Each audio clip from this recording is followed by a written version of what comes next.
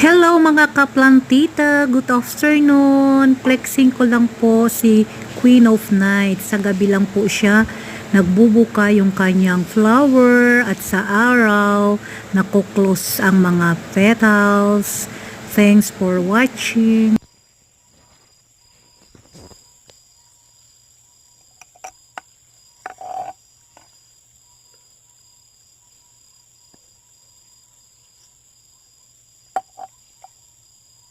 May buha ni tatay mo.